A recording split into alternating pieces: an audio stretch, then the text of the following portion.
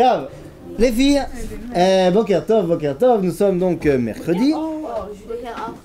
Hein? Et mercredi, tout est permis. Dans la mesure où demain c'est Rosh Chodesh. Oui, bon. Oh ça va, c'était une blagouze. Alors, dis-moi, de toute façon ni toi ni moi on sait ce que c'est que vendredi tout est permis parce que vendredi c'est Shabbat.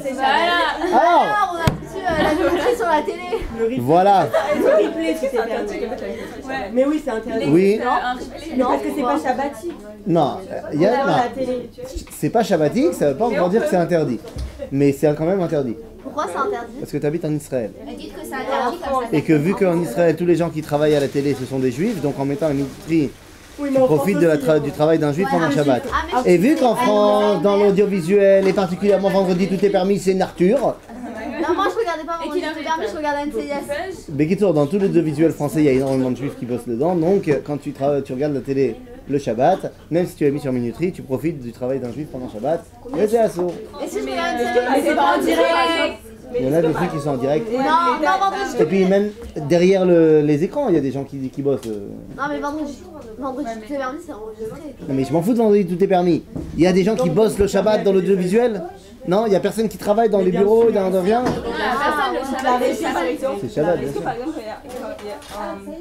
tu connais la minuterie et qu'il y a mes parents par exemple qui regardent la télé le vendredi soir, Ouais. j'ai le droit de regarder si par exemple c'est dans le salon. T'as le droit d'être dans la même pièce qu'eux parce que t'as envie d'être avec eux, mais prends un livre et essaie de pas regarder.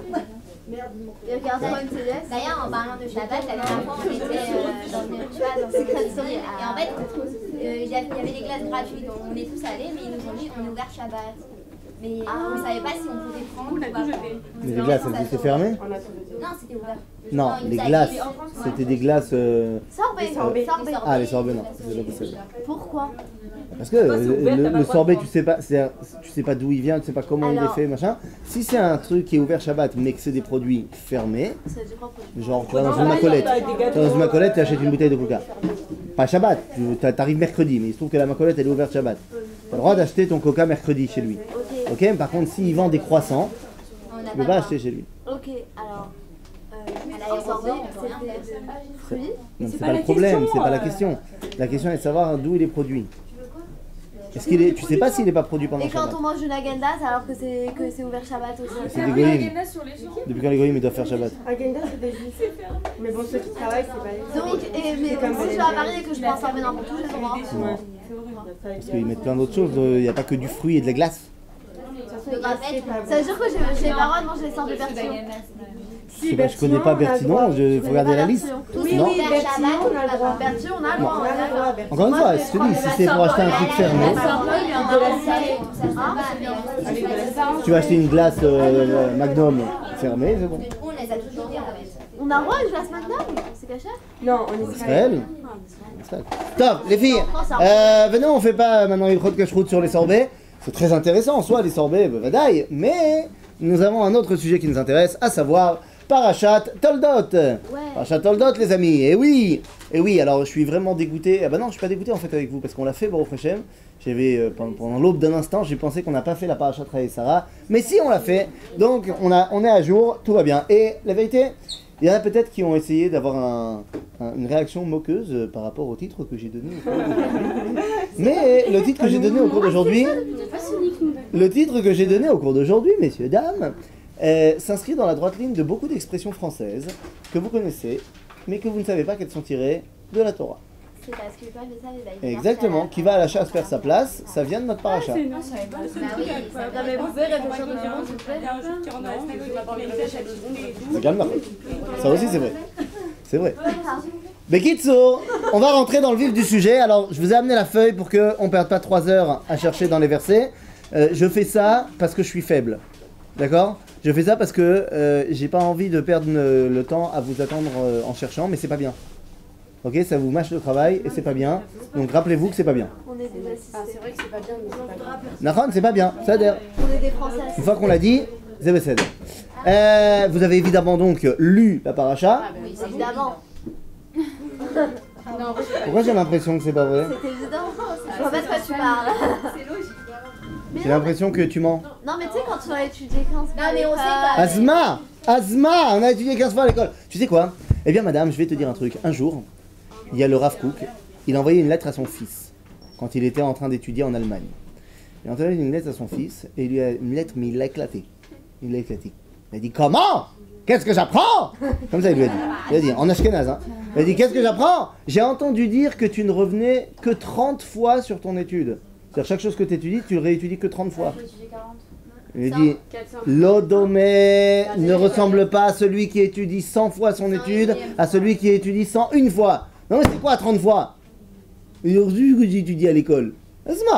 Alors, toi, tu dis quand on arrive à Bereshit, on dit non, bah, finalement, tu sais quoi, on va gagner. Je propose qu'on gagne une demi-heure sur le samedi matin, hein, pour aller au kiddush plus rapide. On la connaît de toute façon, hein, on l'a fait l'année dernière. Non, déjà, c'est assez rapide. Bekitso, on va écrire la parashat Toldot, et la vérité, je vais commencer avec un événement. Ouais, c'est génial, il y a un Stender, je vais me mettre debout. Je préfère être debout. Non, mais. Quoi? Ah non, bon, excuse-moi. Non, je vais pas me mettre debout, tout va bien. C'est bon, je suis revenu. Tout va bien. On va commencer par quelque chose qui nous est arrivé la semaine dernière quand j'étais en Pologne. Quand j'étais en Pologne, il y a le dernier jour, j'ai conclu le voyage et je leur ai dit un petit truc par rapport au début de la paracha et Toldot. Vous savez que c'est très difficile quand on veut donner un cours de trouver le titre du cours. Bon là en l'occurrence c'est une expression connue mais c'est très difficile. Des fois ça prend plus de temps de trouver le titre que d'écrire le cours. Et la question elle est la suivante. Comment ça se fait que la Massoret Israël, la tradition d'Israël, a donné les noms aux parachiotes? Comment elles ont fait? Pourquoi est-ce que celle-là elle s'appelle Chaïsara, celle-là elle s'appelle Toldot, celle-là elle... Comment on décide? Premier mot? C'est-à-dire le premier sujet important on va dire. Voilà. Là par exemple c'est Ve'ele Toldot, on va pas l'appeler Ve'ele. Oui, on l'a appelé Toldot. Voilà. Bereshit bara Elohim et Hashamayim et Haaretz, on l'a appelé Bereshit. Il y a une idée derrière. La première idée importante, on va dire centrale de la paracha, c'est elle qui donne son nom à la paracha. Je veux bien, mais je suis pas d'accord. Pourquoi? Parce que j'ai un problème. Parce que pourquoi la paracha elle s'appelle Toldot? C'est quoi le premier verset? Regardez, il est marqué dans la source numéro 1. Donc voilà, Vele Toldot Yitzhak ben Avraham, voici les engendrements de Yitzhak. Donc on a dit ok, alors la paracha elle s'appelle Toldot. Je veux bien, mais en fait non. Elle aurait dû s'appeler comment cette paracha? Elle aurait dû s'appeler Yitzhak. Parachat Yitzhak. Pourquoi je dis ça? Eh bien parce qu'il y a 4 semaines, il y a une paracha qui commençait exactement par les mêmes mots. Vele Toldot Noach. Et comment t'as appelé la paracha? Noach. Alors comment ça se fait que là t'as décidé de l'appeler Toldot et pas Yitzhak? Vous comprenez la question? Ouais? Vous êtes avec moi? Ouais. La réponse elle est très simple. Elle est qu'à l'époque de Noach, qui est central dans l'histoire? Noach. Malgré le fait qu'il y ait déjà Shem, Ham, Veyefet, celui qui est important c'est Noach. Mais ici on veut te dire dans notre paracha, hein, celui qui est important c'est Lo Yitzhak. C'est ses enfants. Zatoladot. C'est les générations d'après. Ok? C'est pour ça que notre paracha elle s'appellera pas Yitzhak, elle s'appellera bel et bien Toldot. Mais c'est là, on est bon? Que le titre de la paracha, c'est censé être le sujet important de la paracha. À l'époque de Noach, il y a marqué Ve'ele Toldot Noach, la paracha elle s'appelle Noach, parce qu'à son époque, celui qui est central, c'est lui. Malgré le fait que ses enfants soient déjà là, le central, c'est lui. Ici, dans notre paracha, ceux qui sont centrales, c'est Yaakov et Esav. C'est-à-dire se concentrer sur la génération d'après. D'accord? Besséder. Alors, on va justement se concentrer sur ces générations de Yaakov et Esav. Et alors là, vraiment, je vais vous demander de faire un truc avec moi, et c'est très bien que vous ne parliez pas encore très bien hébreu. Non, vraiment. Pourquoi? Parce que ça va vous permettre de faire véritablement de l'ulpan. C'est-à-dire que vous allez m'aider à comprendre les versets tels qu'ils sont marqués, et non pas tels que la Bible traduite du rabbinat ou le rabbin vous l'a enseigné. Vous allez lire les versets. Ok? Et on va essayer de les comprendre. On va voir que ce n'est qu'une lecture véritable du texte qui va nous permettre de comprendre ce qui se passe. D'accord? Ça va pas? Ah, c'est parti. Alors bon, vous connaissez l'histoire parce que vous l'avez lu, puisque vous l'avez fait l'année dernière. Donc on a un monsieur qui s'appelle Yitzhak, on a une femme qui s'appelle Rivka, jusque là tout va bien. Bon, ils ont un bug. Ils n'arrivent pas à avoir pas d'enfants. Bon, c'est un classique dans la famille d'Abraham. On n'arrive pas à avoir d'enfants, classique. Donc à ce moment-là, qu'est-ce qui se passe? Yitzhak, qu'est-ce qu'il fait? Il prie. Il prie. Pourquoi il prie? Parce que sa femme lui a demandé. Ok? Maintenant, dis-moi, pourquoi il a pas prié avant qu'elle lui demande? Ouais, c'est bizarre. Mais non, c'est pas bizarre. Mais pas du tout. Pardon? Ah, tu dis, c'est ton problème, hein. Parce que lui. Ah, lui non plus, il a pas d'enfant. À la limite, chez Avram, je veux bien, parce que lui, il a déjà un enfant avec Agar. Donc on pourrait dire ça pour Sarah. Mais là, Yitzhak, il a pas non plus d'enfant. C'est Rivka qui avait un problème, non? J'étais pas là dans les tests. C'est vrai qu'il y a marqué dans la Torah que chez Yakara. Enbaya, mais je pense pas qu'ils ont fait les tests à l'époque. C'est-à-dire, le fait est qu'ils sont ensemble, ils n'arrivent pas à avoir d'enfants ensemble. Même si c'est elle qui a un problème, le fait qu'elle n'arrive pas à avoir d'enfants, bah Yitzhak il a un problème parce qu'il a pas de fils. C'est quand même pas cool non plus pour lui. Parce qu'il se disait que sa femme elle a plus de force dans le prière. Ah, tu dis, elle est tzadika, cette fille-là, elle est encore meilleure que la mienne. Bien fait, peut-être. Moi, j'ai envie de dire plus simplement. Mais parce que c'est un tzadik. Donc un tzadik, ça prie pas. Mais si, ça peut. Toi, ça prie pas. Ah, mais chas v'shalom, un vrai tzadik, ça prie pas. Ça va pas. Là, non, mais... Mais comprenez de quoi je parle. Attendez. Vous savez ce que ça veut dire, la tfila? La tfila, c'est une chutzpah Oui, on l'a. incroyable. C'est-à-dire, tu viens et tu dis à Dieu que ce qu'il a fait, c'est pas bien. C'est culot. Bah oui, il te manque quelque chose. Oui, mais. Mais il y a les bras. Tu dis à Dieu pourquoi tu Azov, m'as pas donné quelque chose. l'idée de la tfila, je te parle pas dans des brachot. L'idée de la tfila, c'est demander à Dieu de remplir ce qui te manque. Dans chaque sujet. Ok? Maintenant, le tzaddik, il peut venir et dire, écoute, moi ce que Dieu il a décidé, c'est le top. C'est pas logique du tout. De dire que Dieu il sait ce qu'il fait. Dieu il a décidé qu'il y a un manque justement pour qu'on comble le manque, arrive pas de filer après. Et ça, c'est parce que tu as été éduqué à la manière Je rabbinique. sais pourquoi Mais il je a suis pas pas du prié. tout d'accord avec le fait que ça soit de la pas. Attends. Dieu il a créé le monde. Il sait ce qu'il fait. Nachon? Si un tel ou un tel est malade, peut-être qu'il y a un plan prévu par Dieu. Bien sûr, mais peut-être que c'est juste parce Alors, qu'il veut peut-être prier que- pour la réfléchir chez les mains. Ou alors, peut-être que vaut mieux que ce mec il soit malade pour le bon déroulement du monde. T'en sais D'accord, mais rien. il y a les deux possibilités. Je dis pas, mais tu en sais rien. Alpanav, toi tu parles comme tu parles, et c'est très bien parce qu'il faut prier, mais tu parles parce que tu as 2000 ans de tradition rabbinique derrière toi qui te disent qu'il faut prier, d'après la Mishnah et la Halacha. Mais quand tu réfléchis à l'origine, moi j'ai pas encore les rabbins qui m'ont dit il faut prier, parce que Dieu il veut que tu pries. Alpanav, à la base, le tzaddik il peut très bien se dire, écoute, moi j'accepte le jugement de Dieu. Ce qu'on appelle en hébreu tzidou kadin. Ouais, non, parce qu'Abraham, quand Dieu lui a demandé, enfin, quand il a dit qu'il allait détruire la ville de Sodome et Gomorrhe, il a prié. Donc, Il a rien Israël, prié c'est du son tout. fils. Il a pas prié. Il a rien prié du tout. Ok, il lui a demandé de combien. Il a rien prié du tout, il a dit c'est de ma faute, je me sens un peu mal à l'aise. On l'avait étudié ça. D'accord, mais. Si on l'a étudié. Si, on l'a étudié, mais non. Bah oui. Non, mais Oui. Adam Arishon. Attends, il a levé la main derrière toi.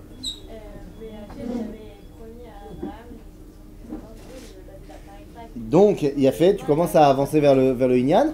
Le tzaddik à la base, il ne prie pas. Il ne prie pas parce qu'il accepte le jugement de Dieu. Et certainement, Yitzhak, il est comme ça. Parce qu'il est super midatadin, Yitzhak. Ouais, mais ça va pas, c'est trop là. Ça Mais il est à l'extrême, Yitzhak. Un mec qui est capable de monter sur le misbéach et il dit à papa, attache-moi pour pas que je bouge, je veux pas que il est à l'extrême, Yitzhak.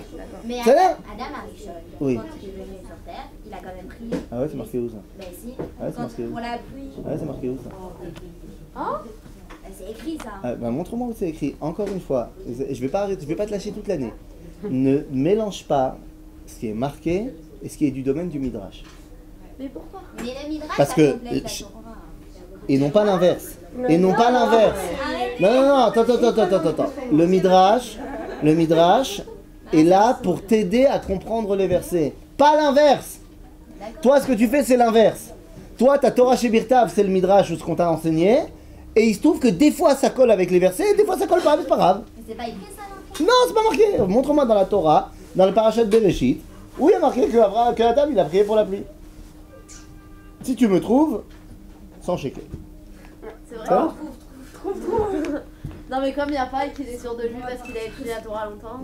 Non, c'est même pas une question de longtemps. Lisez la parachat de Bereshit, vous verrez. Voilà ce qu'on avait contre le Midrash. Moi, J'ai rien du tout contre le Midrash. J'ai un grand problème avec les gens qui font du Midrash Torah chez Birtav. D'accord? C'est pas, oui, hein. c'est pas de sa faute. Le Midrash n'est pas à prendre toujours au pied de la lettre. Ok? Et ça, c'est important de le savoir. Besséder. Alors, le tzaddik, il veut pas prier, mais des fois, Kadosh Baruch Hu, comme il a envie qu'il prie, parce qu'on a appris ça de nos rabbanim, de la tradition orale d'Israël, alors des fois, il va mettre le tzaddik dans une situation absurde. Qu'est-ce qui est absurde pour Avraham, Yitzhak et Yaakov, qui sont les Avot, de ne pas avoir de Banim. Donc c'est une situation absurde et il est obligé de prier. Alors Besséder il prie. Je ne vais pas rentrer dans le débat pourquoi sa tefila à lui elle est entendue et pas la sienne, parce que Rivka aussi elle prie. C'est-à-dire, je ne rentre pas là-dedans. Mais juste une petite Oui. explication. Pourquoi quoi? Pourquoi sa prière à lui qui a été acceptée, pas la sienne? Parce que Yitzhak, il était sadique. Ouais, mais Rivka aussi. Non, mais lui, il venait Rachid il dit, par parce un qu'une sadique. une tefila de tzaddik, fils de tzaddik, c'est plus fort qu'une tefila de tzaddik, fils de Racha. Ah oui, c'est vrai. Mais le problème, c'est que c'est très contradictoire, parce qu'à la limite, le mec qui a fait tchouva, qui vient d'une maison toute pourrie et qui est devenu tzaddik, il est encore plus grand que celui qui a toujours vécu dans le tzaddikout. Non, c'est simplement Freud qui nous a expliqué pourquoi. C'est une blague. Quel est le C'est une problème? blague. Alors, c'est pas du tout une blague, quel est le problème? Tu vas pas selon Midrash, tu vas selon Freud. J'ai pas dit que Freud, il a donné une explication de Torah. J'ai pas compris. Sigmund Freud, il peut pas être intelligent? C'est pas le problème. Est-ce qu'il peut pas expliquer des processus qu'il y a en termes d'éducation dans ce qui se passe dans la psychanalyse de l'être humain? Si. Ok? J'ai pas dit que Freud, il nous a expliqué, il nous a donné un commentaire de la Gemara. Mais comment tu l'as relié en fait à la fin? Si tu me permets de... Dis-le, parce s'il te que, plaît. juste, parce que Sigmund Freud nous a expliqué quelque chose qui aujourd'hui est une évidence et tout le monde est conscient de cela, que chaque enfant, par définition, veut s'opposer à son père ou à ses parents. Pourquoi? Pour pouvoir exister. Et ça va aller jusqu'au complexe d'Oedipe. Non mais, non, le complexe d'Oedipe, il veut tuer son père quand même. C'est pas mal. La fille, elle veut tuer la mère pour être. Non, c'est pas avec la fille. Non, c'est le C'est fils il qui veut tuer son père pour pouvoir être avec sa mère. Ok? Maintenant, psychologiquement parlant, le fils il veut s'opposer au père pour pouvoir exister. Si je suis un copier-coller de mon père, je n'existe pas en tant qu'individu. Je suis le fils d'eux. Et chaque individu, il a envie d'avoir une identité propre. Ok? Donc si je suis le fils d'Abraham qui était un grand sadique, au niveau psychologique, je vais vouloir m'opposer à lui. Donc je vais devenir Racha pour pouvoir exister. Si je suis la fille de Bethuel, qui était Racha, fondamentalement je veux être sadique pour m'opposer à lui. Donc on te dit, si Yitzhak, bien qu'il était le fils d'Abraham, il était quand même sadique, ça veut dire que sa tzidkout, elle est enfouie à l'intérieur de lui. C'est quelque chose de beaucoup plus profond. Ok? Donc tu comprends pourquoi j'ai cité Freud? Oui. Il était juif, non? Donc il est kadosh. Non. Tous les juifs sont pas kadoshim? Non. Ah bah tu te trompes mon ami. Kedoshim Chiou. Je sais. D'accord. Mais. Donc Sigmund Freud, il a une kedusha à l'intérieur de lui parce qu'il est juif. C'est comme Alors, ça. je suis Kadosh aussi. Bien sûr. Ah, c'est sympa. Tu en doutais? Mais Kitsour, la tefila elle a marché. Et là, il se passe un truc. Elle est enceinte. De malade. Et là, c'est là que commencent les problèmes. Les filles, prenez la source numéro 2. Vous l'avez? Vayitrotsetsu abanim bekirba. Ça veut dire que les enfants, ils faisaient du balagan dans son ventre. Vatomer. Et là, qui c'est qui veut lire? Moi. Et attention, je veux une traduction sympa. Vas-y. Voilà. Donc les enfants, ils font du balagan dans le bide. Et là, elle se dit. Vatomer, elle a dit. Ta mère, elle a dit, Ken, c'est ainsi, la mazé Anori. Je sais pas si c'est Lama, c'est pourquoi. Pourquoi? Zé, Ça, ça. Anori, moi. Voilà. Très belle traduction. Pourquoi ça, moi? C'est une belle traduction, non? Inken, si c'est ainsi. Pourquoi c'est moi? Ok, Vateler. Il n'y a pas marqué pourquoi moi, il n'y a pas marqué la main Anori, il y a marqué la main Zé Anori. Vateler, elle est allée. L'hydroche est tachée. Elle a été demandée à Dieu. Non mais moi ce qui m'intéresse, t'as compris, c'est le Lamazé Anori. Elle a le droit de se poser des questions. Oui, mais sauf que ça veut rien dire. Ça veut dire. Non, mais ça veut dire. Vas-y, ça veut rien explique-moi. dire, ça veut dire. Ah ben excuse-moi, tu sais, j'ai peut-être un problème comme tu dis avec le Midrash, je crois pas, mais j'ai un plus grand problème quand les gens ils disent un verset, comme il est dur à comprendre, on dit non, mais en fait qu'est-ce que ça veut dire? C'est comme s'il y avait marqué autre chose. C'est terrible, il n'y a pas marqué autre chose. Il y a marqué ça. Mais bien sûr. Alors faut comprendre ça. Mais ce que. Ah, C'est parce vas-y. qu'elle devait Ce que je veux dire, inventer c'est les que 12 tribus. comme elle était de Non, mais ça, alors, c'est pas c'est des sans plus vacances. opposé, et donc peut-être on est normalement une femme. Qu'est-ce que ça veut dire le verset? Non, peut-être qu'elle savait pas qu'elle était enceinte. Ah bah si, sans que ça bouge dans le bidon, ça va, personne t'a dit qu'elle n'était pas au 8e mois. Elle a compris qu'elle était enceinte là, ça y est. Ah, elle savait qui c'est. Enfin, Je veux comprendre le verset. Qu'est-ce qui veut dire Lama Ze Anochi? pourquoi ça m'arrive à moi? Mais c'est pas ce qui a marqué. En hébreu, ça veut dire pourquoi c'est à moi aussi. Oui. La subtilité de la langue. Oui, oui, ça veut rien dire, autant en hébreu qu'en Aussi français. en hébreu. Ah, tout va bien. Donc qu'est-ce qu'on fait? Eh bien les amis, quand on a un problème, on va voir Rashi, Nachon. Donc voilà, bah, c'est une explication. Ça. Oui, mais regarde ce qu'il va te dire, Rashi. Attends, Regarde ce qu'il dit. Il dit Al kochacha, t'as pas le choix, c'est écrit où ça? dans le 3. Ok? Al kochacha, amikra aze omer dorsheni. Il dit t'as pas le choix, ce texte-là demande qu'on l'explique par le Midrash. Pourquoi? Pourquoi? Je suis pas contre le Midrash. Pourquoi? Parce que le Mikra, il le dit, chez Satam Ma'ir et Tzitzazo. Parce que la Torah, elle a fait exprès de faire en sorte que ce Vaïtrotetsu Abanim Bekirba, ça soit pas clair. Donc c'est une volonté de la Torah que ce soit pas clair. Et donc comment il faut le comprendre? Vekatav imken lamaze anochi. Donc ça veut dire quoi? Qu'est-ce qu'il te dit Rashi? Il te dit l'explication de c'est quoi les enfants qui se battent en duel dans le vide, dans le ventre. C'est quoi? C'est lamaze anochi. C'est ça l'explication de... Moi non plus, j'ai pas encore compris. J'ai simplement dit, Rashi t'a dit, c'est quoi les enfants qui se disputent? L'explication, c'est la mazé anochi. J'ai toujours pas compris. Donc Rashi continue. Il te dit, Rabotenu darshu. Nos sages nous ont expliqué, Kshaita overet al pitre Torah shel Shem ve'ever, Yaakov ratz umfarkes latzet. Overet al pitre avodah zara, Esav umfarkes latzet. Vous connaissez ce midrash? Lorsqu'elle passait devant la tente de Shem ve'ever, alors ça bougeait, genre je veux sortir. Donc dès qu'elle passait devant les temples de Avodah Zarah, ça sort, je veux sortir. Alors là je vais vous dire un truc, un fridouche incroyable. Vous n'allez pas me croire. Un truc de malade mental. Rivka, incroyable, n'avait jamais fait d'échographie. Bah, c'est normal, ça n'existait pas. Bien. Ce qui veut dire qu'elle n'est pas censée savoir qu'elle a des jumeaux. Nachon? Si elle n'a pas d'échographie, tu sais pas qu'il y en a deux dans le bide. Nachon, non, le nachon. Oui, mais si tu grossis Elle- plus que... Ça veut rien dire. D'abord, ça veut rien dire. Déjà, tout le monde ne grossit pas plus. Et peut-être qu'elle est qu'au 5e mois. J'en sais rien, tu vois, mais tu peux pas savoir. Mais il y a une autre explication de ça. De quoi? Qu'elle n'ait pas d'échographie? Non, que Rivka, elle était elle était sur deux facettes, genre c'est pas, je sais pas comment vous expliquer, elle avait deux personnalités en elle.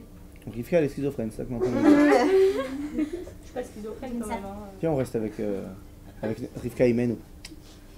Bekitsour, elle sait pas qu'elle a des jumeaux. Jusque-là, vous êtes avec moi? Donc elle comprend pas. Elle a un problème. Elle sait très bien quelle est sa relation avec Dieu. Elle n'a pas de problème. Mais elle voit que son fils, il a un problème. Il est attiré par quoi? Les deux. Par Shem Ve'ever, par la Torah, ou par Avodah Zarah?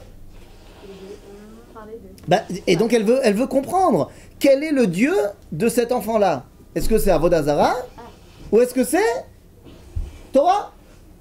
Donc elle ne comprend pas. Oui, mais attendez. 2 secondes. Nous avons donc 2 façons d'appréhender le divin. Je suis désolé d'entrer dans des sujets importants, mais on n'a pas le choix. Nous avons 2 façons d'appréhender Dieu. Je vais dire des mots extrêmement compliqués pour me la péter, d'accord? Est-ce que Dieu, il est dedans ou dehors? En d'autres termes, parce que dedans et dehors, c'est des mots trop compliqués, on va utiliser des mots plus simples. Est-ce que Dieu, il est seulement émanant ou il est également transcendant? Non, il est transcendant, c'est pas les deux. C'est-à-dire, c'est les deux. Ouais, c'est On est d'accord? Maintenant, venons, on va faire plus simple. C'est quoi la notion de émanant, de dedans? C'est l'expression de Dieu dans le monde qu'il a créé. Ok? C'est qu'il est dedans. En d'autres termes, le soleil. Pourquoi les gens, ils étaient Avodah Zarah du soleil? Qu'est-ce qu'il dit le Rambam dans les lois sur la Avodah Zarah au chapitre 1 halakha 1? Il dit qu'au départ, comment ça a commencé la Avodah Zarah? Au départ, les gens, ils n'étaient pas idolâtres. Au départ, les gens, ils disaient, regarde le soleil, comment il est beau gosse. Il fait la lumière, il fait la chaleur, il fait de l'énergie. Non, on sait très bien qu'il a été créé par le patron. Mais, quand on rend hommage au soleil, c'est rendre hommage au patron, c'est comme son ministre. Et petit à petit, les gens ont oublié que c'était simplement un sous-fifre du patron.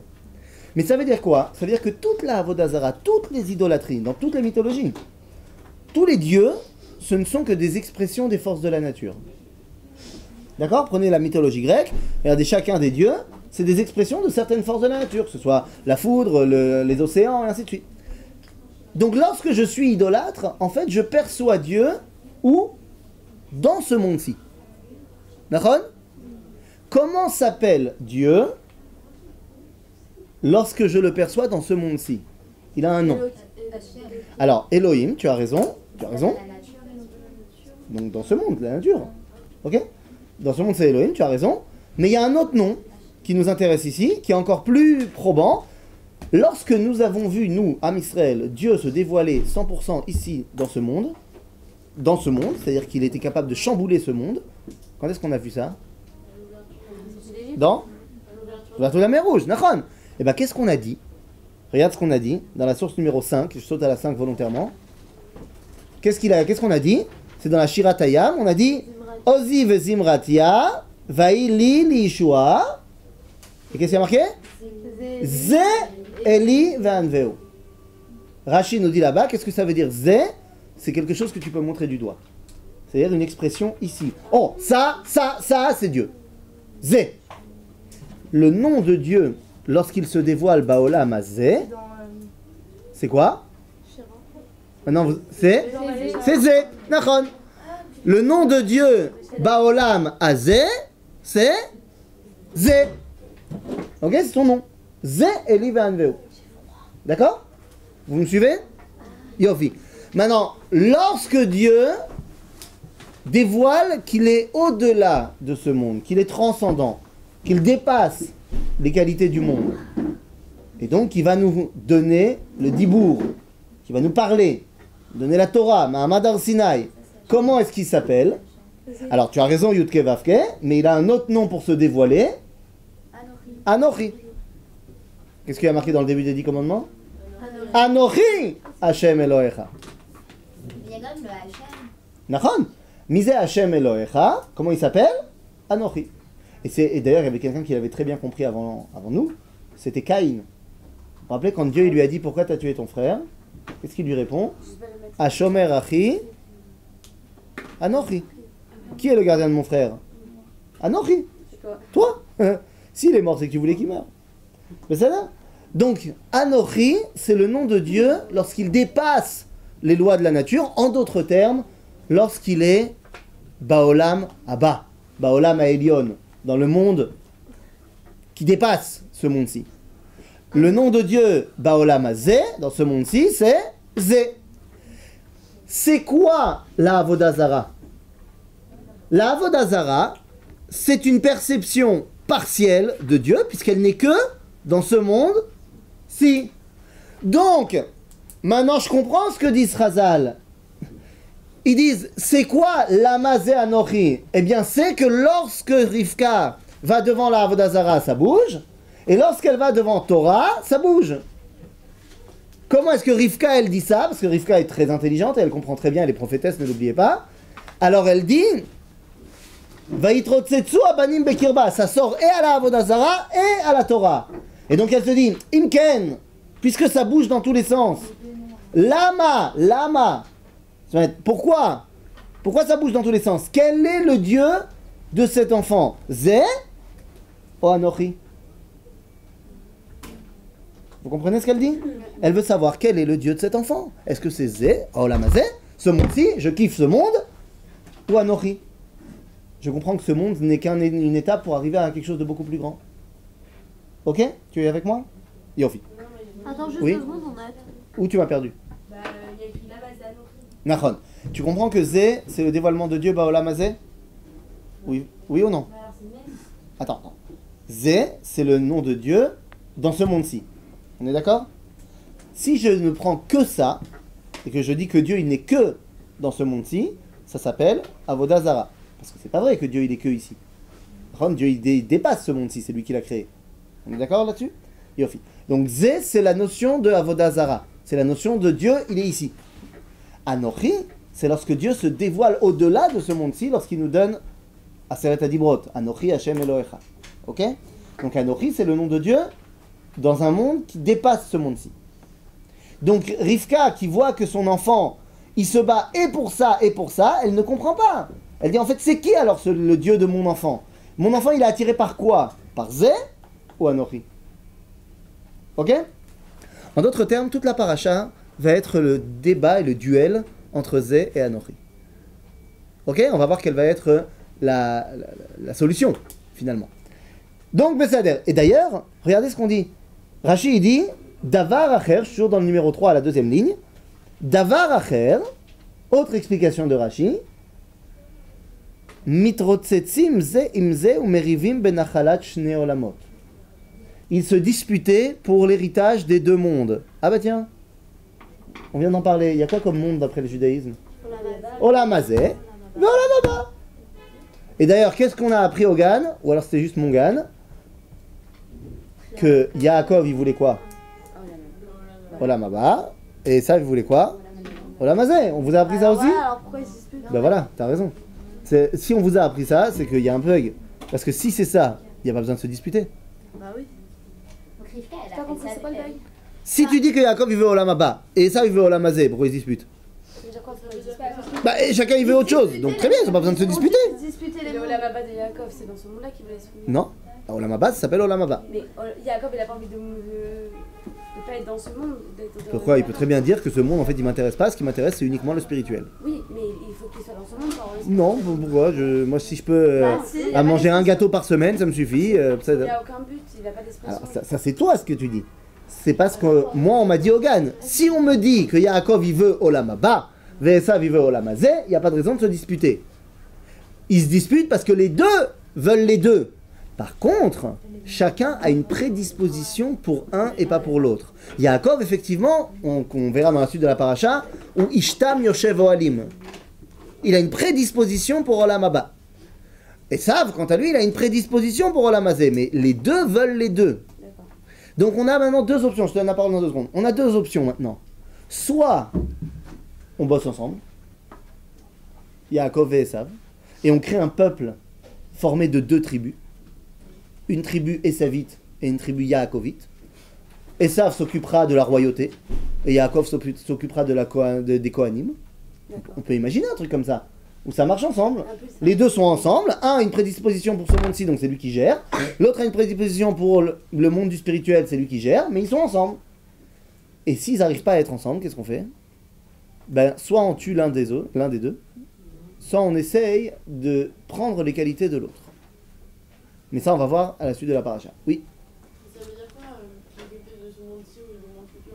Le monde futur, il n'est pas hériteur de son des actes dans ce monde-ci? Tu as raison. Mais ça, qui c'est qui te l'a appris? La Torah. Alors, on ne le sait pas encore. On peut très bien imaginer que peut-être l'idéal, c'est de sortir de ce monde-ci au plus vite possible. Ok? On ne sait pas encore. Rivka, elle savait Oui. pas qu'elle avait 2 enfants. Nachon. Et c'est pour ça que va-t-elle l'hydroche et Hachem? Elle a été demandée à Dieu. Et regarde ce qu'il lui dit. Iné. Macor numéro 6. C'est la réponse de Dieu. Non, elle n'a pas été voir Shem et Ever.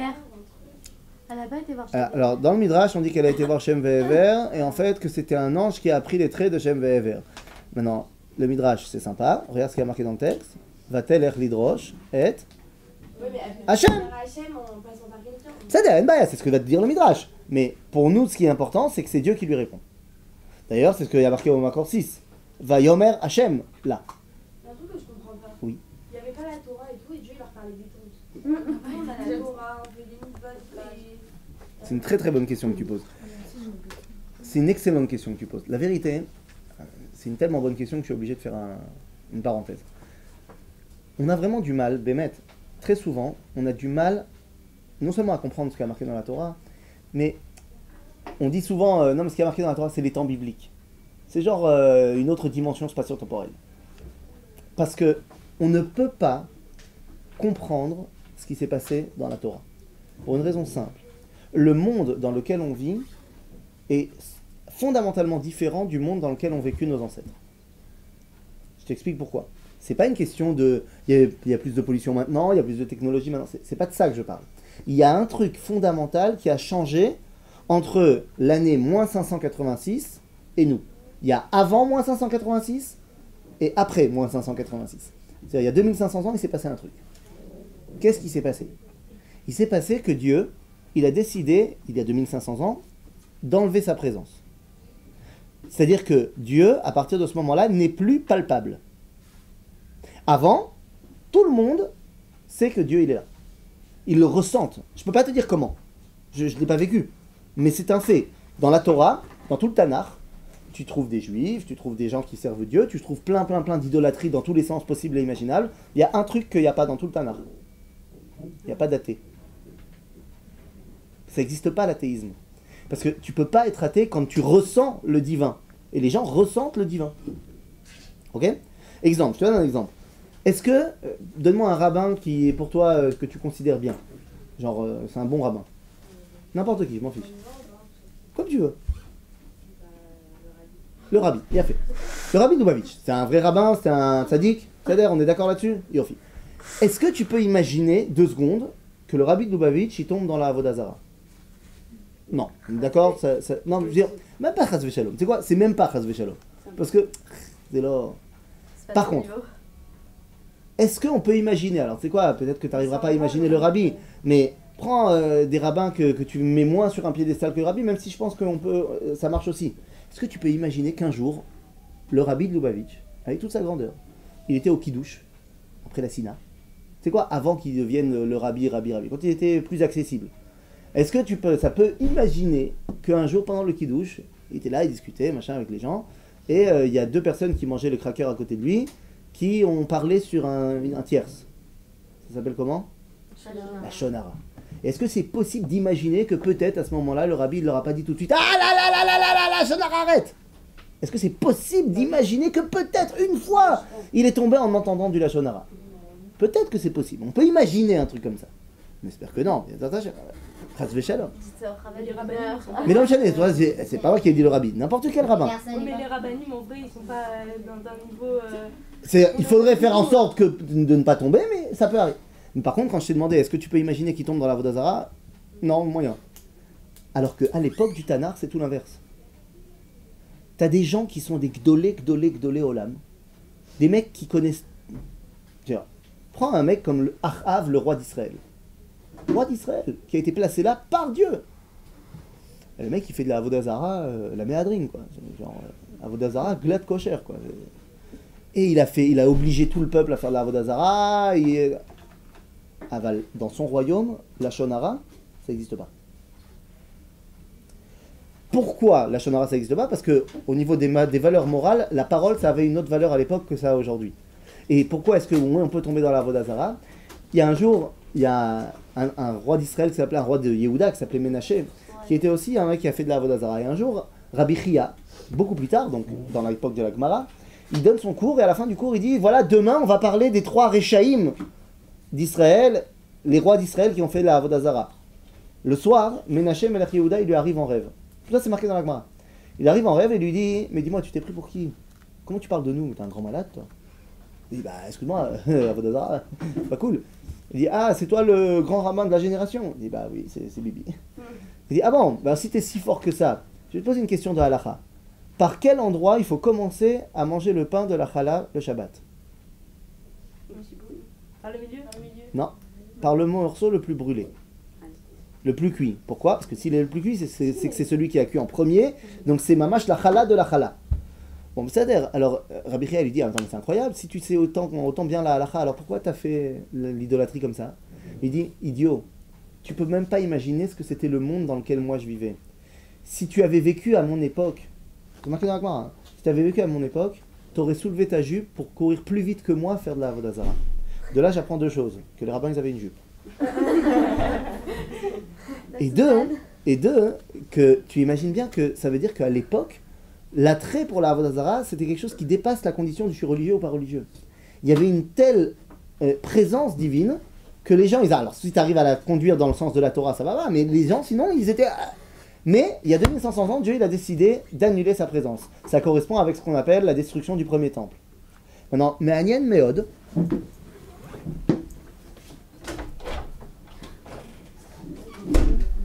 Déjà, viens voir la carte.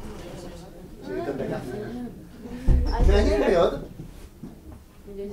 il va se passer un truc dans le monde entier. Il y a 2500 ans sur une échelle de 50 ans. C'est bien 50 ans sur l'échelle de l'histoire, d'accord ? C'est du contemporain, quoi. Dans le monde entier, et le monde entier c'est ici, parce que ça on ne connaît pas encore, il va se passer un truc incroyable partout. Du jour au lendemain, pouf, les cultures du monde entier, et je rappelle qu'il n'y a pas WhatsApp à l'époque, il vont avoir le même chamboulement sans explication. On va passer de la mythologie, de l'idolâtrie, à autre chose. Il y a 2500 ans, ici, en Grèce, on passe de la mythologie grecque à la philosophie. Ils ne savent pas expliquer pourquoi. À tel point que Platon il dira on ne comprend pas nos grands-parents. De deux choses une, soit ils étaient débiles profonds, soit ils ont parlé par parabole et on ne les comprend pas. Mais ça change. Pouf! Au même moment, Mamash. Il est où? Là. En Inde. C'est à la porte à côté. Ils ne sont pas parlé. Il y a un mec qui se lève, au même moment, hein, qui annule toute l'idolâtrie hindoue et qui va créer une religion basée sur la nature. Qui s'appelle Gautama Siddhartha. Ça, tu le connais sous le nom de Bouddha. Au même moment. Au même moment, Manash. Là, en Iran actuel de la Perse de l'époque, il y a un mec qui se lève, qui annule l'idolâtrie perse et qui crée une religion basée sur le bien et le mal. Il s'appelle Zarathustra. Au même moment, Mamash, en Chine, il y a deux mecs qui se lèvent, qui annulent l'idolâtrie chinoise, dans tous les sens, et qui créent deux religions qui sont jusqu'à aujourd'hui les religions numéro 1 en Chine, à savoir un qui s'appelle Confucius, qui va créer le confucianisme, et l'autre qui s'appelle Lao Tse, qui va créer le taoïsme. Ce sont des philosophies de vie plus que des religions. Tout ça, ça se passe au même moment. Au moment où, qu'est-ce qui se passe en Israël? C'est la fin des prophètes et le début des rabbins. C'est-à-dire que Dieu arrête de parler. Alors si Dieu arrête de parler, c'est pas que nous qui l'avons ressenti. Le monde entier arrête de l'entendre, arrête de le ressentir. Et donc, on ne peut plus maintenant être Avodazara. La Avodazara d'aujourd'hui, c'est de la Avodazara sur la zéro. C'est même du domaine du christianisme aujourd'hui, c'est une parce qu'on ne ressent plus la présence de Dieu. Ok? Donc c'est la raison pour laquelle, à l'époque, par contre, c'était extrêmement puissant. Et donc c'est pour ça que Dieu, il parle à l'époque. Parce que sa présence, elle est là, il parle. On n'entend pas, mais il parle. Aujourd'hui, on n'entend pas. Il décide de ne plus parler. Mais t'en fais pas, il va reparler. Non mais même, il a dit. Je sais pas, mais il a dit, dans le prophète Yoël, il a dit, un jour viendra, et je donnerai mon souffle sur tout le monde. Ça y est, tout le monde va revoir. Salut. Salut. Ah bah tiens, ça faisait longtemps. Donc, tout ça pour dire quoi? Tout ça pour dire que maintenant, réponse de Dieu. Que va-t-il répondre à Rivka? Vayomer Hashem là. Dis-moi, pourquoi j'ai besoin que tu me dises là? C'est Rivka qui lui parle. S'il y avait eu marqué seulement Vayomer Hashem, j'aurais pas compris qu'il lui répond à elle? Ah, peut-être qu'on aurait pu penser qu'il parle à Yitzhak parce que c'est Yitzhak. Non, mais là, Yitzhak, il est même pas dans le jeu. Là, c'est vrai qu'il y a eu le Makor 4 et 5 entre le 3 et le 6. Entre le 2, c'est-à-dire il y a eu 3, 4, 5 entre le 2 et le 6, mais c'est les deux versets qui se suivent. Regardez les sources. Oui, oui. Ok? Donc, c'est Rivka qui parle à Dieu. Donc, c'est normal que Dieu y réponde à Rivka. Donc, s'il y avait marqué seulement Vayomer Hashem, j'aurais compris qu'il parle à Rivka. Mais s'il y a marqué en plus Vayomer Hashem là, ça veut dire que c'est pour elle.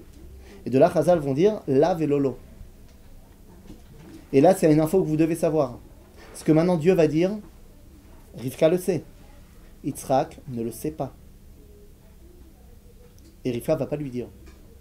Parce qu'elle a compris que c'était pour elle cette info, et pas pour lui. À lui, en parlant d'Yitzhak. Ouais. Donc, qu'est-ce qu'il lui dit à elle? Qu'est-ce que Dieu dit à Rivka? On va regarder. Il lui dit, Vayomer Hashem la, Shne goyim bebitner. Ah, j'en ai deux. J'ai deux peuples dans mon ventre. J'en ai deux. Ah, bah déjà, ça explique pas tout, mais ça commence déjà à donner une idée. Ah oui, mais ça suffit pas. Shne goyim bebitner ou shne leumim mime'aich yiparedu. Et il y a deux peuples, deux nations qui vont se séparer de tes entrailles. Ok. Ou le'om mile'om ye'ematz verav ya'avot tzair. Et le plus grand servira le plus petit. Cette info-là, il n'y a que elle qui l'a. Mais attendez, moi je reviens au début de l'info. Shne goyim bebitner. Regardez comment il y a marqué goyim. Il manque le vav. Il manque le vav, d'accord? Et donc Rashi va le noter dans la source 7 et il dit Geim ktiv. Pas goyim, geim. Geim, ça veut dire des géants. Et il dit de qui il parle? Elu Antoninus verabi. Ah, voilà, Rashi est parti très loin. Il me dit, c'est qui ces gens-là dont on parle? Rabbi, c'est qui Rabbi? C'est Rabbi Yehuda Hanassi, celui qui a écrit la Mishnah, un des plus grands descendants de Yaakov. Et c'est qui Antoninus? C'est Marcus Aurelius Antoninus. En l'occurrence, en français, Marc Aurèle, César de Rome. Philosophe stoïcien. Ok? Maintenant, ça veut dire quoi? C'est le descendant de Esav, César de Rome. Ok? Et donc, qu'est-ce qu'on nous dit? On sait d'ailleurs, historiquement parlant, et c'est une réalité historique, que Antonin et Rabbi Yehuda Hanassi étaient potes. Oui. À tel point que César, il a exonéré Tibériade d'impôts, ce qui a permis aux Chachamim de se rassembler là-bas et d'écrire la Mishnah. Donc il était cool. Maintenant, ils étaient copains vraiment. Donc on peut se dire, bah, ça va alors, on peut être copain avec Esav. Rabbi et Antoninus. Oui, mais non. Ça, c'est vrai seulement si c'est qui le patron. Arrête, quand il y a Rabbi et Antonin, c'est qui le patron de ce monde-ci? C'est Antonin, c'est César. Rabbi, il a rien dans ce monde-ci. Les Romains, ils maîtrisent. Nous, on est complètement à la solde des Romains. Et donc, c'est pour ça que la suite du verset nous dit Ushne leumim mime'aich yiparedu. Nous dit Rashi En leom elam malchut. Royauté, un État. C'est-à-dire, tant qu'ils sont pas en compétition politique, alors ils peuvent être copains. C'est-à-dire, si Esav maîtrise ce monde-ci et que Yaakov n'est qu'un soumis dans ce monde-ci, alors ils peuvent être copains. Aval, à partir du moment où Yaakov veut prendre sa place en tant que les hommes, le peuple, alors il y a forcément conflit. D'accord? Je comprends pas. On peut pas être deux peuples avec la suprématie des Sables sur Yaakov. Ah, donc à ce moment-là, il y a un peuple qui est soumis à l'autre. Ouais. C'est-à-dire, il y a la compétition dans le camp aussi. Donc c'est-à-dire que s'il est soumis à l'autre, on revient à ce qu'on disait tout à l'heure, donc ça veut dire que Esav, il va gérer ce monde-ci, D'accord. et c'est pas l'idée, puisqu'on a dit que les deux, ils veulent les deux. Alors qu'est-ce qu'on va faire? Ok? La source numéro 9. Alors ces deux enfants vont... Oui, excuse-moi. Alors pourquoi il y a écrit que le petit dominera le plus grand? Ah, ça, c'est une info de la névoie. Et alors pourquoi Esav domine Yaakov alors que Esav est l'année? Esav domine pas Yaakov. T'as pas vu la fin du film? Là, les... Là, ils sont même pas encore nés. Non mais vous avez dit que c'est vrai que le rabbi il dépend de la Grèce au final. Enfin bref, c'est... Ah, c'était Rome en l'occurrence. Ouais, enfin le rabbi, voilà. Ah, il y a eu des moments où Esav il a dominé, effectivement, mais c'est quoi l'idéal? Nous on parle d'idéal ici, dans la paracha. D'accord? Alors on va voir ce qui se passe. Vayigdelu haneharim, source numéro 9. Vayigdelu haneharim. Donc ils ont grandi. 9. Non, on fait pas la 8. On l'a dit, si tu regarderas, c'est la Gemara qui te dit que Jérusalem et Césarée ne peuvent pas être ensemble au top. Césarée étant la capitale des Romains à l'époque en Israël. C'est pour exprimer encore une fois que tu peux pas être Yaakov et Esav en même temps, Bigdoula. Vayigdelu haneharim. Ils ont grandi. Vayi Esav ish yodea tzaïd, ish sadeh. Ve Yaakov ish tam yoshev ohalim. Et là, les filles, vous allez tout de suite vous détacher de ce que vous avez appris. Je sais pas où, je m'en fous. Et vous allez me dire honnêtement. D'accord? Vous allez être honnête. Je te parle même pas que vous êtes Yitzhak, le père de la famille. Vous êtes une jeune fille, sympa. Vous êtes majeure. Et vous avez envie de choisir un mec. Ok? Oui. Et arrêtez de me la jouer à l'envers. C'est-à-dire, soyez très honnête. Vous avez deux options. Soit vous choisissez le mec beau gosse. Le mec, il a la classe. Il a une musculature assez intéressante. Le mec, il est physiquement intelligent. D'accord? En plus, le mec, il réussit tout ce qu'il touche, quoi. Il a déjà un bon métier, il a une situation, il est psader, il est sababa, et il est responsable, et les gens, ils peuvent se fier à lui. Le mec, il est capable de maintenir une famille, quoi. Et d'un autre côté, t'as le geek. Avec les boutons et les lunettes. Tu choisis qui? On est d'accord qu'on choisit le beau gosse? Maintenant, toi, t'es la meuf, tu vois. Mais imagine, t'es le père de famille.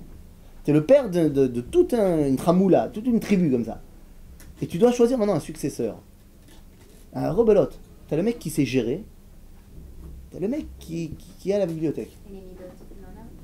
Le midot? Bah, c'est pour... Qui te dit qu'il a des mauvaises midotes? Non, c'est une vie très Je ne sais que, pour l'instant, ce que je sais pas, je sais pas. Je sais que j'en ai un qui est un nerd, comme on dit, qui est un geek, qui a des lunettes et des boutons. Je n'ai rien contre les gens qui ont des lunettes et des boutons. Et là, un autre qui est le mec sur qui on peut compter dans la famille. Sur qui tu choisis? Bon. Et c'est pour ça qu'il est évident que Yitzhak va choisir qui? Esav. Ah, mais c'est vrai que c'est pas une jeune fille qui cherche un. D'accord. Mais c'est encore mieux, mais c'est encore plus important. Tu veux un mec qui va gérer la famille.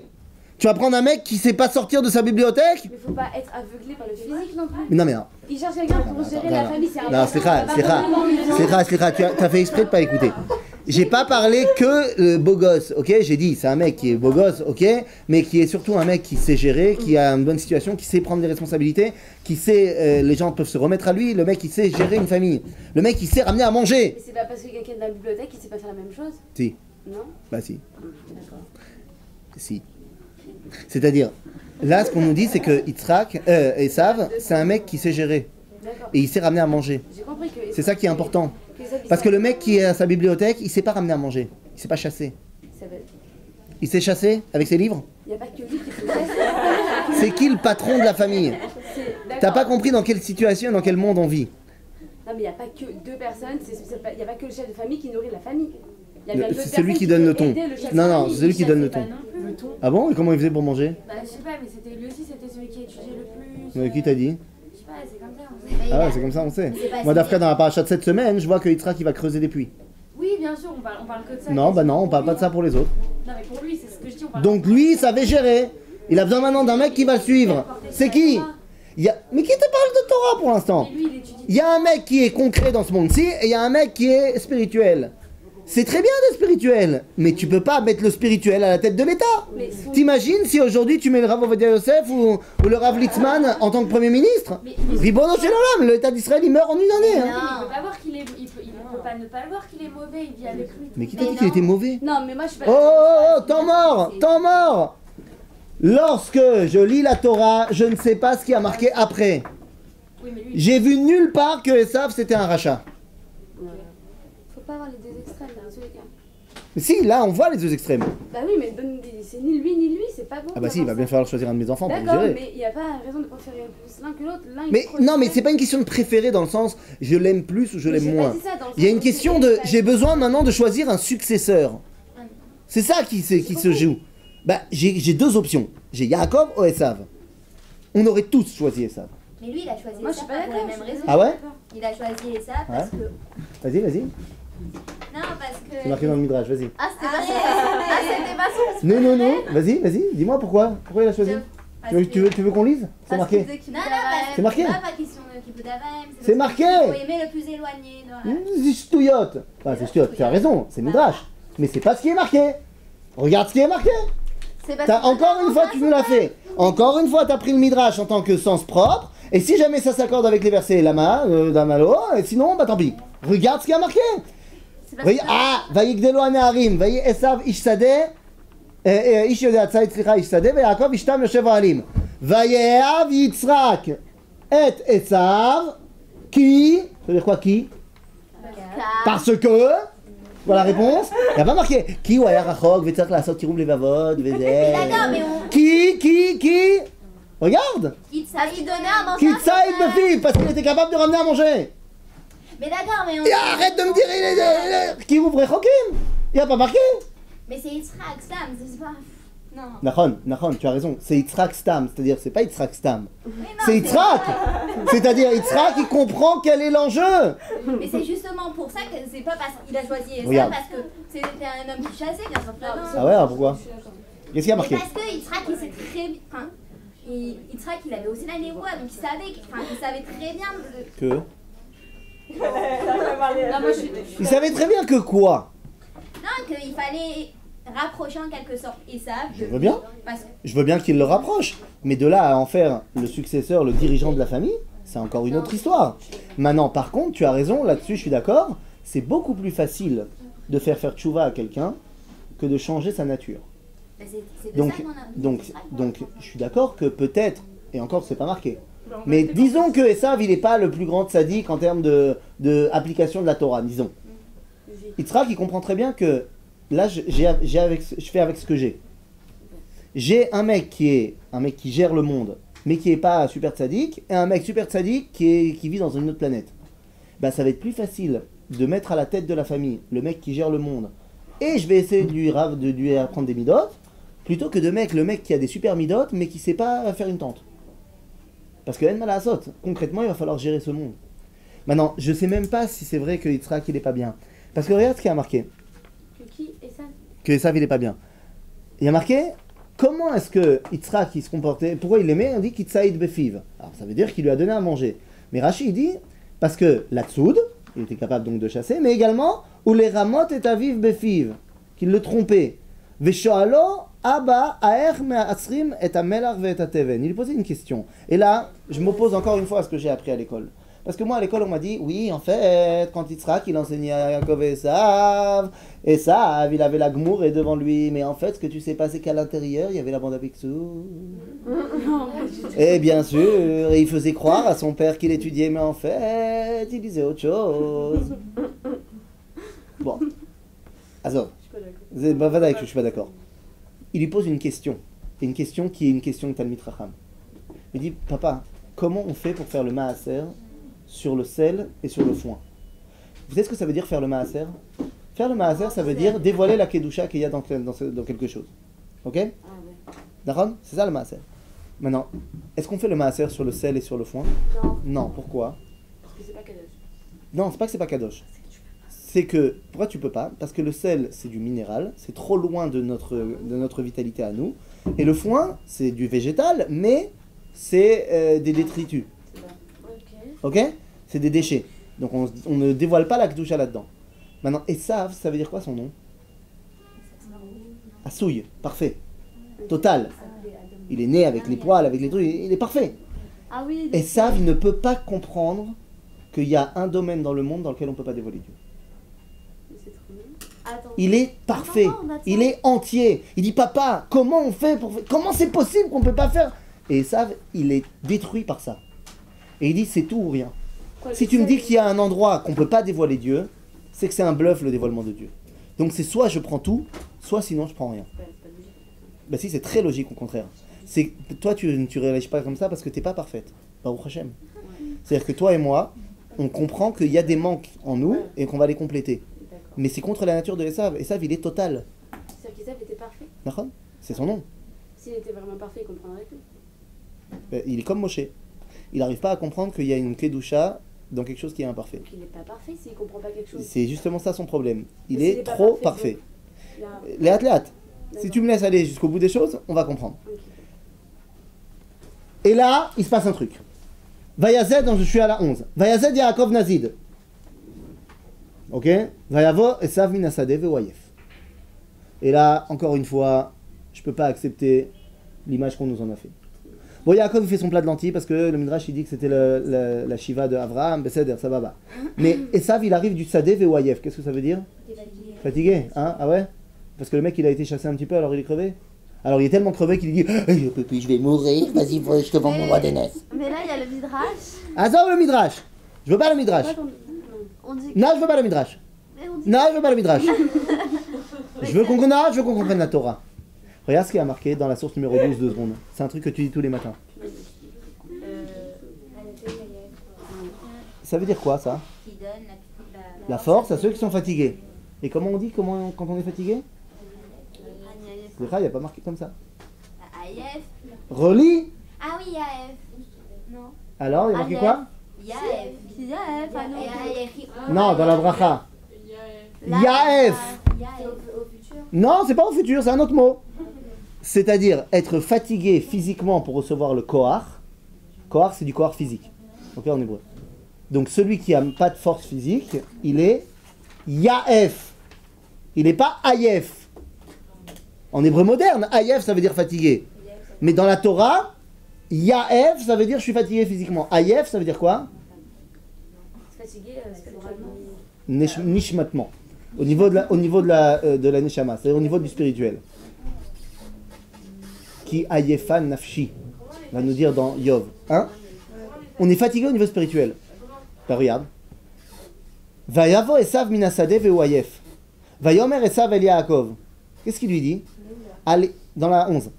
Al itenina mina adom adom azeh. Donne-moi de ce rouge. Le rouge, au niveau freudien, encore une fois je le cite, je suis désolé. mais on sait que aujourd'hui, on est conscient que les couleurs, elles représentent quelque chose au niveau psychologique. Le rouge, c'est la couleur de la vie, la couleur du sang, la couleur des envies, la couleur de ce monde-ci. Aussi, du sang. Donc il lui dit, Tavili mina Adom, Azé. C'est-à-dire qu'il se rattache à quoi? Azé, à Olam Azé. Lama, qui ayef, Anochi. Ah, il y a un problème, j'ai pas compris. Parce que je suis fatigué de quoi? Je suis fatigué de chercher Anochi.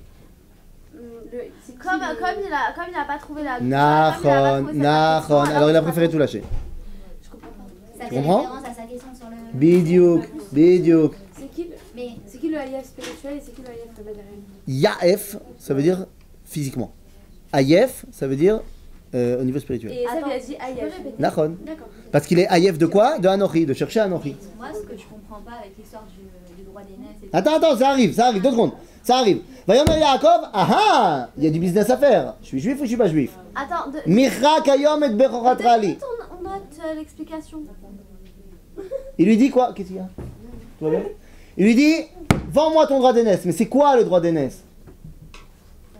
C'est la bracha de quoi? Non. Ah bon? Le Bechor, il n'est pas plus Racham que le pas Bechor. Il n'est pas plus Talmid Racham que l'autre. Dans le sens Raham, dans le sens où... Dans le sens quoi? Non, il reçoit quoi le Bechor? Double héritage. Bah, Olam Ah Hazé. oui. Eh ouais. Bah c'est bizarre. Donc ça veut dire que Yaakov il dit, ah, Esav il est en train de bugger. Je vais commencer à m'approprier ses forces. Je comprends pas. Je veux m'approprier ses forces. Ses forces, elles sont Baolam Hazé. Il fait ça, lui. Parce que Yaakov il comprend qu'il faut faire une fusion des deux. Mais d'accord, mais en quelque sorte, c'est égoïste de faire ça. Oui, mais il voit que Esav il n'est pas capable de le faire. Il faut bien que quelqu'un le fasse. Mais je comprends pas un Mais truc. c'est pas aller contre Ben Adam Machalero dans ce cadre-là. C'est aller contre ce qu'il faut faire. En malasot. Des fois, en malasot. Il a eu raison de faire ça. Bien sûr, on va voir. Alors il lui dit, ok. Bah sauf il lui vend le droit d'aînesse, vous connaissez la fin du film.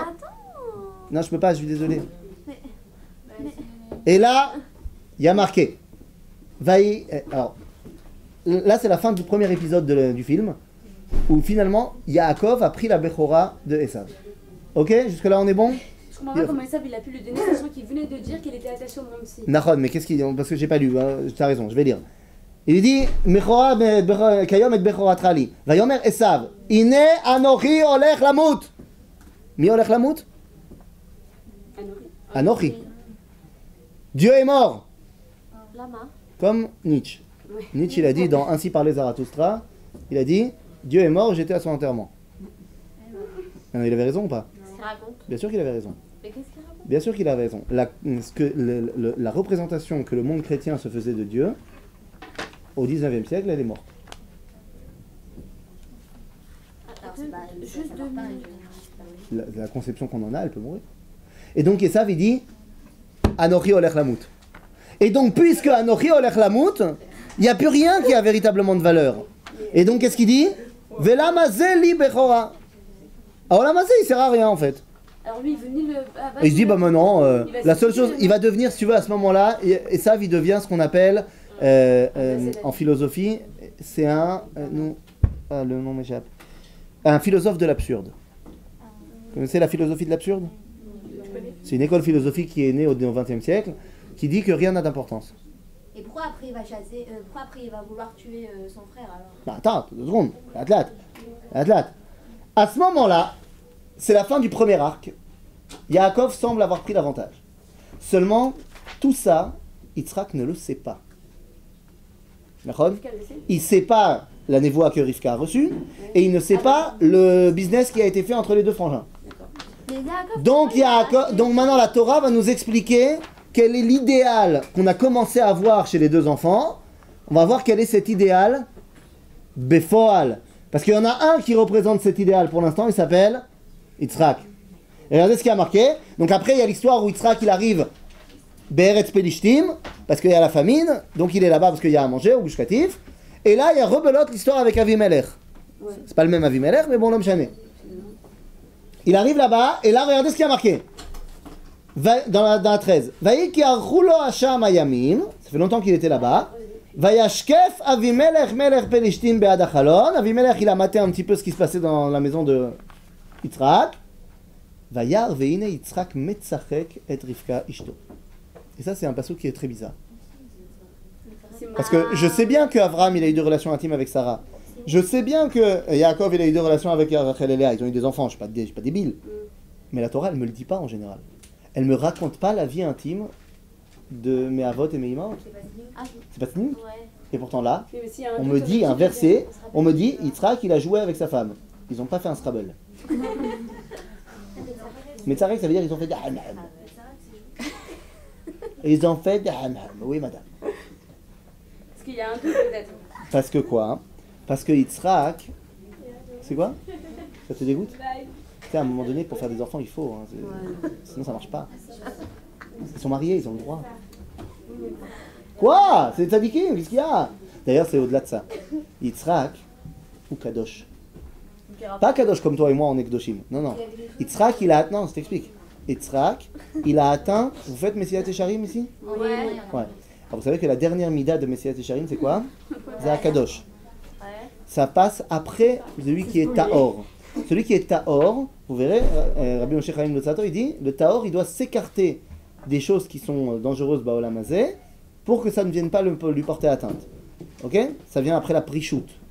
C'est-à-dire, je m'écarte de certaines choses. Donc Yitzhak, il a Mais Yitzhak, il a atteint un niveau encore supérieur. Il est Kadosh. Le Kadosh, il n'y a rien qui peut l'atteindre. Tout ce qu'il fait, il l'élève.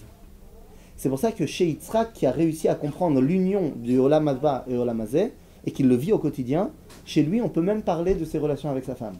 Pourquoi? Parce qu'il n'y a rien de péjoratif là-dedans. Ce n'est que Kedusha.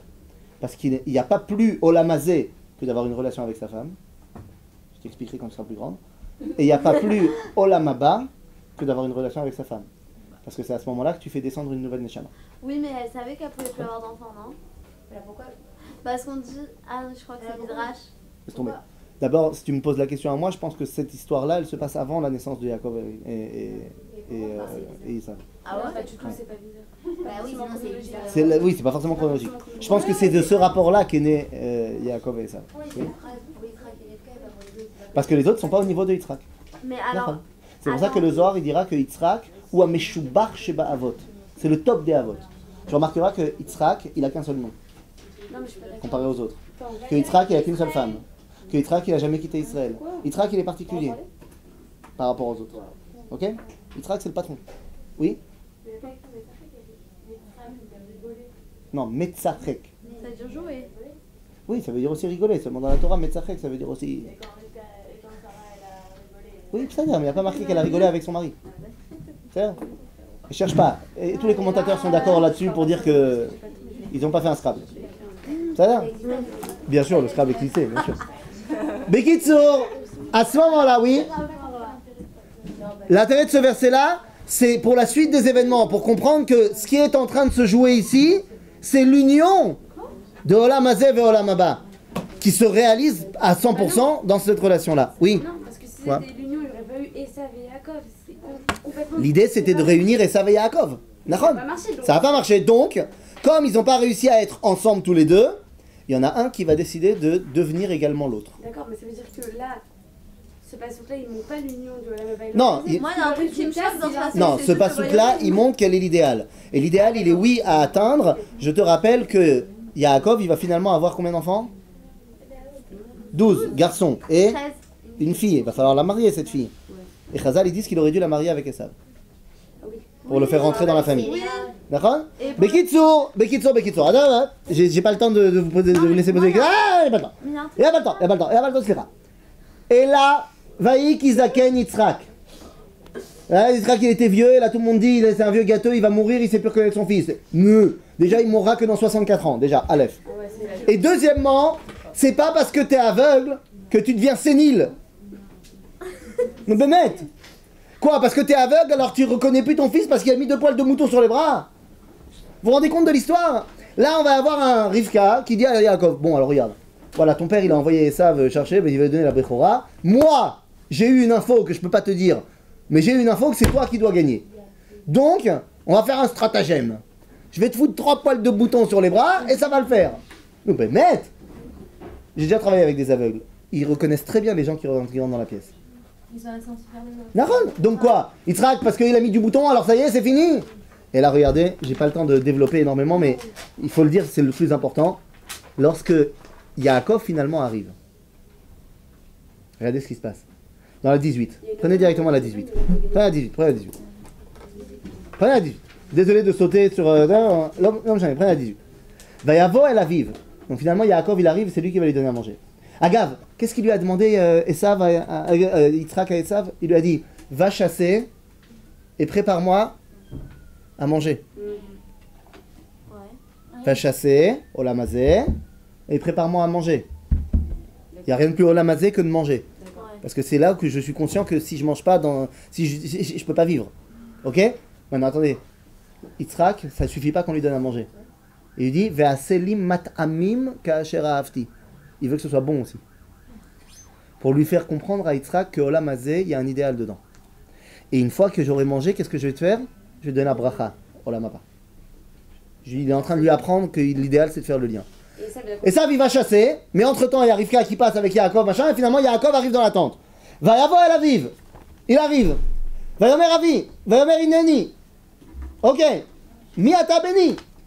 Va yomer Yaakov el aviv. Anochi. Non. Pas le coup du midrash. Anochi, et après, Esav bechorecha. Comme ça, j'ai pas vraiment menti. Non, il a menti, Azov.